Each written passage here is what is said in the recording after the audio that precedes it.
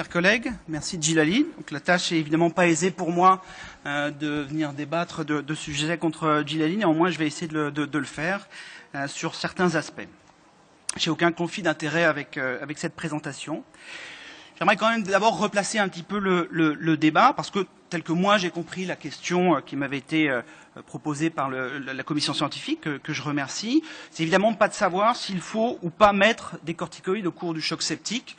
On a pas mal de raisons. Simplement la réactivité vasculaire, l'augmentation de la pression artérielle et un sevrage plus rapide des catécholamines sont indiscutablement montrés. Donc c'est clairement pas ça la question à laquelle on nous demande de répondre aujourd'hui. Tout en gardant l'esprit, et c'est ça qui vient également évidemment polluer un petit peu le débat, l'analyse de la littérature, c'est qu'il faut garder à l'esprit que près de 60-65% des chocs septiques sont d'origine pulmonaire. Et donc, la question qui est posée est de savoir s'il existe un effet propre des corticoïdes au cours des pneumonies infectieuses qui soit différent de celui observé au cours du choc septique.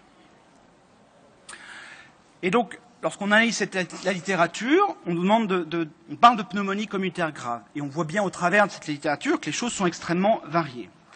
Alors, évidemment, on va se baser sur des patients qui sont hospitalisés en réanimation, mais c'est peut-être pas que ça, la gravité de la pneumonie communautaire. Nécessitant la ventilation mécanique, certainement. Nécessitant les catécholamines, non, puisque là, du coup, on tombe dans le cadre du choc septique, qui n'est pas le débat ce soir. Et donc, Djilali a très bien brossé un petit peu tout le tableau et tout l'argumentaire scientifique sur l'effet des corticostéroïdes. Et donc, si on le replace dans notre contexte, donc quel but administrer des corticoïdes à ces patients? Diminuer la durée de ventilation mécanique, sans doute. La durée de séjour en réanimation, ce serait bien. Et évidemment, quand même, la mortalité, puisque même s'il y a plein d'autres outcomes qui sont importants, ça reste quand même une mortalité importante de nos patients. Les difficultés de l'analyse de la littérature, comme je l'ai abordé très succinctement, c'est d'abord les critères de sévérité des pneumonies. On a un peu de tout, les critères de Fine, la simple admission en réanimation, le simple recours à la ventilation mécanique, éventuellement les catécholamines, et parfois simplement des aspects d'inflammation, notamment avec le dosage de la CRP. Des mortalités extrêmement contrastées. Il faut rappeler que score de Fine de 1 à 3, on est à moins de 1% de mortalité. Et tout ça, parfois, est mélangé dans la littérature, et on monte jusqu'à 30%. Et donc, évidemment, on ne va pas s'adresser à la même catégorie de patients. Des effectifs qui sont quand même globalement extrêmement faibles. On tourne autour de 40-60 patients. On sait les patients qu'il a fallu pour montrer l'efficacité de la réduction du volume courant, l'efficacité du DV. On est un petit peu surpris parfois de tomber sur des différences significatives avec aussi peu de patients. Et lorsqu'on regarde les études qui ont inclus cette fois-ci un collectif beaucoup plus important, 200 patients, 250 patients, c'est là où on retrouve des résultats contradictoires sur un certain nombre d'outcomes. Et les critères de jugement sont variés, des scores composites qui sont extrêmement critiquables. Si vous prenez, Djilali a parlé de la stabilité clinique. Donc, le papier qu'il n'a pas cité de Bloom dans le Lancet sur les pneumonies communautaires, critères de jugement, stabilité clinique définie par la fièvre, ça tombe bien, les corticoïdes sont des puissants antipyrétiques. La tachycardie, c'est bien, parce que quand on est apyrétique, on devient forcément moins tachycarde. Le relais de l'antibiothérapie IV à Péros, justement, un des critères, c'est de ne plus avoir de fièvre et de ne plus être tachycarde. Et puis le critère, c'est de sortir plus tôt de l'hôpital d'un jour. Ça tombe bien. Une des raisons majeures dans les services d'autoriser la sortie, c'est quand on est passé de l'antibiothérapie IV à Péros. Donc on voit bien que tout ça est lié à l'élément de la drogue qui est utilisé. Et donc ça pollue clairement l'analyse des résultats. Les autres critères de jugement, échec de traitement, encore il faut voir les définitions de ces échecs, la réponse inflammatoire et parfois la mortalité. Alors, je ne vais pas reprendre toute la littérature qui a été assez abondante. On va reprendre les deux essais, enfin les deux papiers dont Djilali a fait mention, en tout cas en ce qui concerne la méta-analyse. Reprendre l'étude de Torres dans le JAMA de cet été et la méta-analyse qui a suivi juste après, dont Djilali vous a montré un très grand nombre de résultats sur lesquels, forcément, il base un certain nombre de ses argumentaires pour vous convaincre de l'effet de ces thérapeutiques. Si on reprend l'essai d'Anthony Torres, donc c'est 120 patients, donc placebo ou méthylprénisolone, on pourra questionner l'intérêt de cette molécule, c'est 1 mg kilo par jour jusqu'à J5. Et le critère de jugement, c'est un échec de traitement, soit précoce, défini par un recours soit à la ventilation mécanique, soit aux catécholamines, ou un décès qui survient avant J3. Et l'échec tardif, c'est une progression radiologique, quand on sait les divergences d'interprétation de la radiographie de thorax en réanimation, la persistance de la détresse respiratoire, et là encore, le recours aux catécholamines ou la ventilation mécanique, cette fois-ci très strictement entre J3 et J5. Le résultat, il est là sur ce critère de jugement principal. Il ne se passe rien jusqu'à J4. Les courbes sont strictement superposables. Au miracle, à J4, on a une différence significative qui apparaît en faveur du groupe méthylprénisolone. On peut se poser un peu les questions de pourquoi ça vient si tardivement, puisque Gilani nous a largement convaincus de l'effet extrêmement précoce, en quelques heures, des corticoïdes sur la réponse inflammatoire. Aucune autre différence sur quand même ce qui nous intéresse tout de même, mortalité, durée de séjour, stabilité clinique. Et même Torres, il est assez gêné par ces résultats, parce que vous voyez, il dit bien que si jamais ces résultats étaient répliqués, donc il a quand même pas mal de doutes, à ce moment-là, peut-être, on pourrait appliquer, ça ferait partie du traitement des pneumonies communautaires. Alors quand même quelques hicks avec cette étude, et ils sont assez nombreux, que je vais revoir avec vous. 8 ans d'études, 5 patients par centre et par an. Il y a à l'évidence un biais de sélection majeur. On a beaucoup plus de patients comme ça dans nos services. C'est quand même, on peut se poser, savoir aussi le traitement qu'ont eu ces patients entre les différentes années. Il y a clairement plus de chocs septiques dans le groupe placebo que dans le groupe méthylprénisolone, 31 versus 17%. La PCT est quasiment 3 fois plus élevée dans le groupe placebo que dans le groupe méthylprénisolone. Il y a plus de ventilation mécanique dans le groupe placebo que dans le groupe méthylprénisolone, quasiment le double. Le critère de progression radiologique, il est évident que si vous avez un patient qui a plus de choc, vous allez peut-être plus le remplir, et il n'est pas impossible qu'une partie de ce critère de progression radiologique soit simplement liée à la prise en charge et au remplissage des patients. Ça avait été l'objet d'une lettre publiée dans le JAMA. Il y a plus de documentation microbiologique dans le groupe méthylprénisolone, et là, c'est clairement significatif. Et sur l'ensemble de la population, il y a moins d'un quart de bithérapie avec un macrolide, ce qui est quand même les recommandations. Il y en a encore. La rapidité d'administration des antibiotiques. Gilles nous a dit les antibiotiques, c'est pas le tout, il faut les corticoïdes. Quand même, dans le choc septique, il y a une chose qui a montré son importance, c'est la rapidité d'administration des antibiotiques. Dans cette étude, les patients qui ont un choc septique, 90% des patients dans le groupe méthylprénisolone reçoivent un antibiotique dans les 4 heures. On va dire que c'est pas trop mal, mais ça chute à 60% dans le groupe placebo. Ça pose quand même problème. Les causes de décès, choc et défaillance multiviscérale. Placebo, 56%. Méthylprénisolone, 0%. Ah, c'est formidable, c'est les corticoïdes. Ouais, ça peut être quand même autre chose, le fait de ne pas avoir reçu d'antibiotiques dans des délais appropriés, quand on sait qu'une demi-heure peut influencer considérablement la mortalité. Prise en charge en réanimation. Bon, on va se dire, c'est les pneumonies graves, ils sont tous en réanimation. Eh bien non, 80% d'entre eux sont...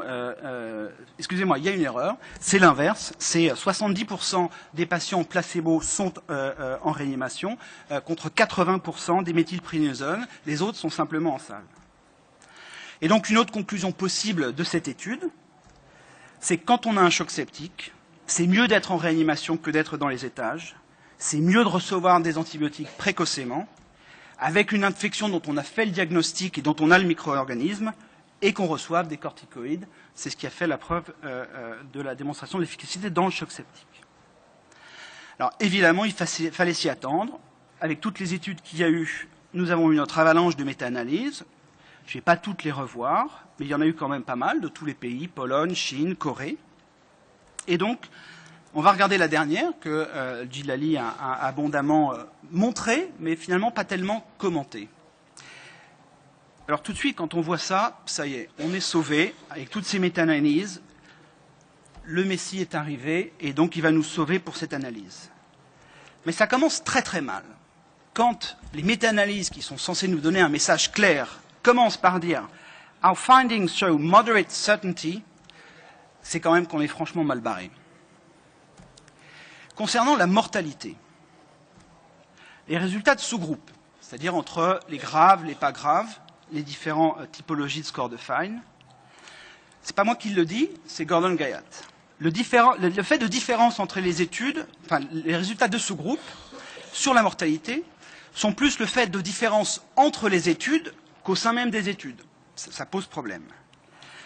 Ces résultats de sous-groupe sont plus le fait, dans une large proportion, d'une seule étude, avec un effectif très faible, qui est arrêté prématurément. Donc il y a certainement un effet de surestimation. De plus, l'absence de cohérence des effets en fonction des critères de jugement au sein des sous-groupes. C'est-à-dire qu'il n'y a pas plus de réduction de ventilation mécanique chez les patients les plus graves. C'est quand même quelque part un petit peu antinomique. Cerise sur le gâteau, et là je vais prendre le temps de lire tout ça avec vous. En résumé, attention les mots qui sont choisis, bien que l'effet de sous-groupe puisse être réel et qu'il puisse y avoir un effet bénéfique à l'adjonction de corticoïdes sur la mortalité, limité aux patients avec une pneumonie sévère. Là on est content, c'est exactement ça qu'on voulait voir. Les critères établis pour évaluer les analyses de sous-groupe suggèrent que l'effet apparent est probablement faux. Et pour vous dire que je ne mens pas, je vous ai fait la traduction. Pour ceux qui ne le savaient pas, le mot spurious, ça veut dire faux. C'est quand même un petit peu gênant. Et il nous enfonce le clou. On a également identifié un effet possible de sous-groupe avec la ventilation mécanique. Des études chez les patients les moins sévères avaient une plus grande réduction du besoin pour la ventilation mécanique. Néanmoins, cet effet est également probablement faux pour les mêmes raisons.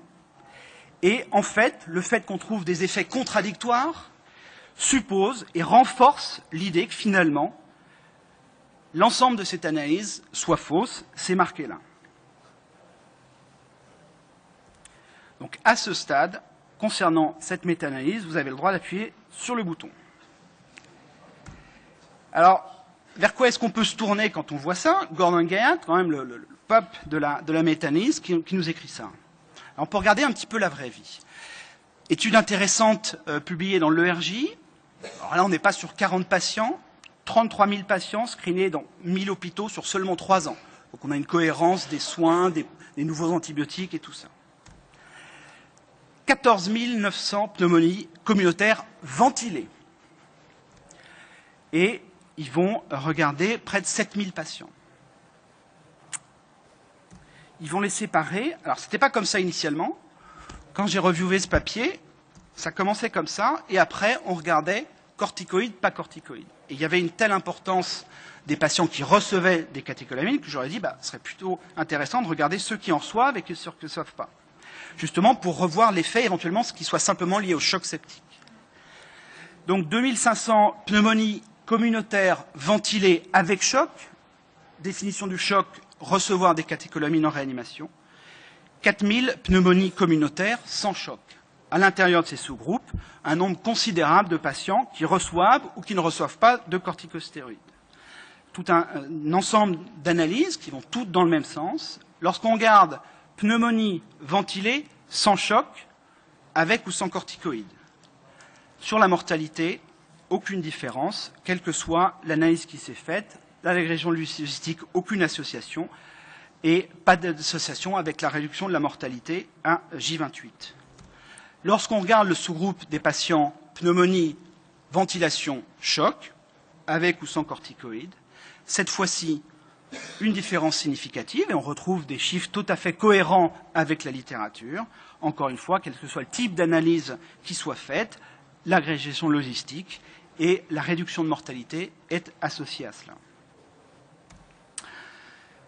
Et Kaplan-Meier, comme vous voyez, est tout à fait cohérente avec ça. Et donc, clairement, d'aller pouvoir dire, même si tous les arguments sur l'inflammation, sur la transcription, tout ça sont parfaitement exacts, d'aller imaginer au jour d'aujourd'hui, sur les données que je vous ai montrées, qu'il y a un effet propre des corticoïdes au cours des pneumonies communautaires graves sans choc, pour moi, n'est pas fait. Et donc, sans choc, il n'y a, à la lumière de cette littérature, pas d'indication à mettre des corticoïdes. Lorsqu'il y a un choc, on est dans le cadre du choc septique et les données existent déjà pour montrer qu'effectivement, il faille en donner.